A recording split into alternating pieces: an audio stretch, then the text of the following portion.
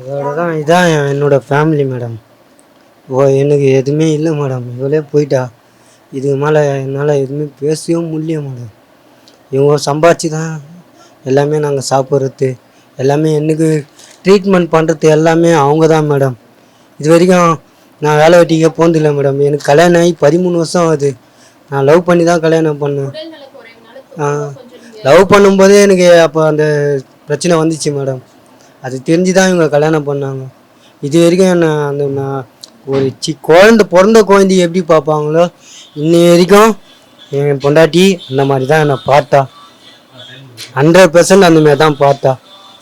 நான் 6 மாதத்துக்கு இப்போ இன்னும் கொஞ்ச நேரம் இப்போ தான் நான் 10 படிக்க ஆகி இப்போ தான் நான் வெளியே எழுந்துச்சி வந்தேன். பார்த்துட்டு இருக்காங்க. ஆமாம் மேடம். அதனால தான் அவங்க வேலைக்கே போனாங்க. இஎஸ்சி மூலிமா சரிப்பா இது பண்ணி கிளியர் பண்ணி இஎஸ்சியில் தான் பார்த்துட்டு இருக்கேன். இப்போ என்னால் இஎஸ்சியும் பார்க்க முடியாது மேடம்.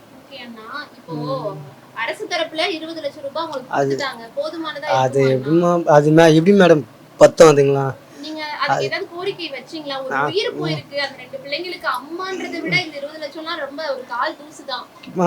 நான் நிறைய கோரிக்கை வச்சேன். ஆனால் சரி என்ன பண்ணுறது, கிடைக்கவும் மாட்டேங்குது.